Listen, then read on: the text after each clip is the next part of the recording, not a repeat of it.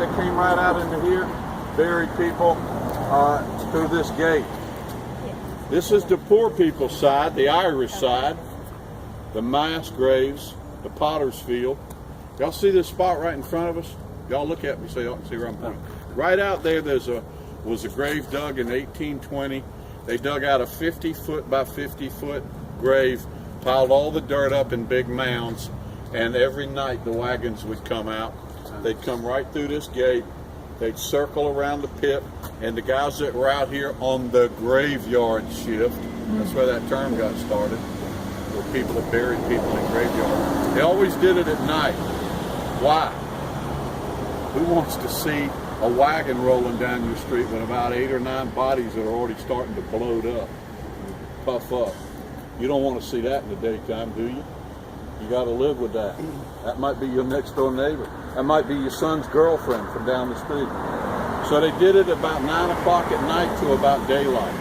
They pick up the bodies, toss them up on that wagon, wrapped in a sheet, trussed up like a Virginia ham, and they come right out here and lay them out, and these guys would bury them.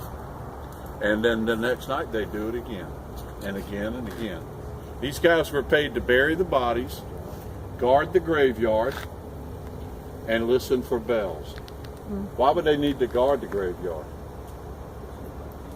Because they're people who will snatch a body. You say, well, what would they want it for? Jewelry? No. Spells. Although there were people that looted graves, Union soldiers mainly. But the people who were digging bodies up were selling them to medical training. Savannah had 3. Second oldest hospital in America. The building is just been restored.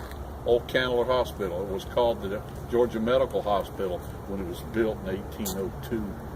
And they would sell them to those guys. They need cadavers to dissect, to investigate, so they can teach those young.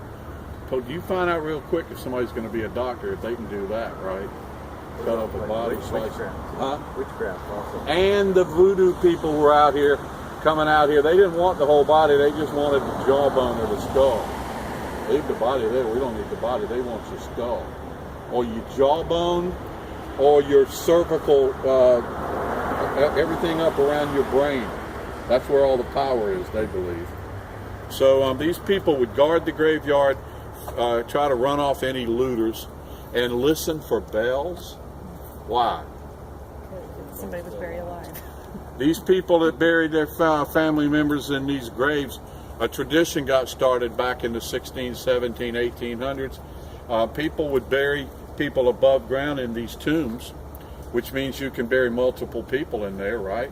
So you bury little Joey, and 3 or 4 years later, somebody else in the family dies, and you go back in there, you knock the same brick out, and you go in there and bury the next family member. You can put 8 or 10, 12 people in there.